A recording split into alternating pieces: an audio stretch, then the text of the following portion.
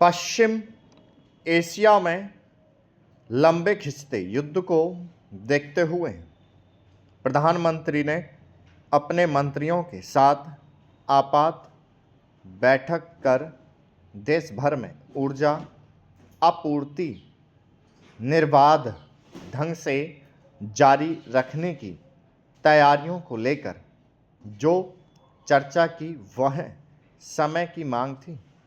इस बैठक में पेट्रोल, डीजल और गैस के साथ ही उर्वरकों की आपूर्ति सुगम बनाए रखने के जिन उपायों पर मंथन किया गया, उनके निष्कर्षों से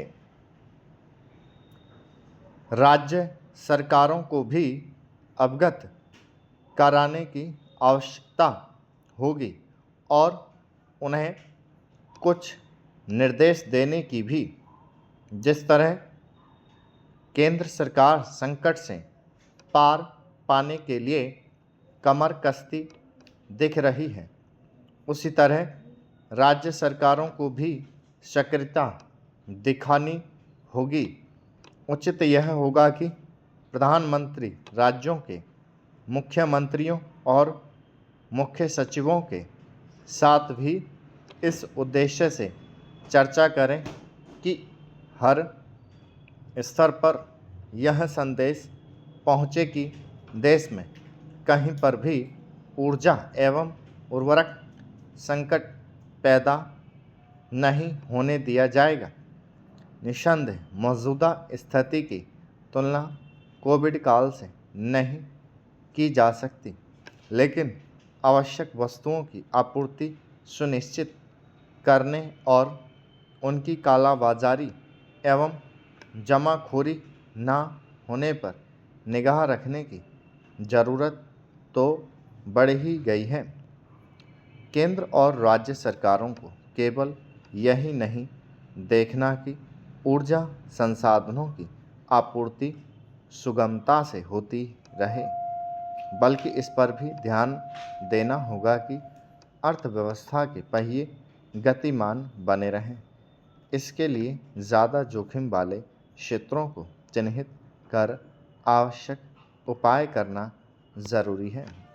चूँकि अमेरिका, इजराइल और ईरान के बीच जारी युद्ध चौथे सप्ताह में प्रवेश कर गया है और इसके कोई आसार नहीं दिख रहे कि यह सैन्य टकराव कब और कैसे खत्म होगा। इसलिए पश्चिम एशियाई देशों से तेल एवं गैस की आपूर्ति का संकट और गहरा सकता है। इस स्थिति में अंतर्राष्ट्रीय बाजार में तेल एवं गैस के दाम और अधिक बढ़ सकते हैं। इसके नतीजे में भारत सरकार को भी उनकी कीमतें बढ़ानी पड़ सकती हैं। इससे देश में कुछ ना कुछ महंगाई भी बढ़ सकती है। ध्यान रहे, पश्चिमी देशों के लिए हवाई यात्रा पहले ही महंगी हो गई।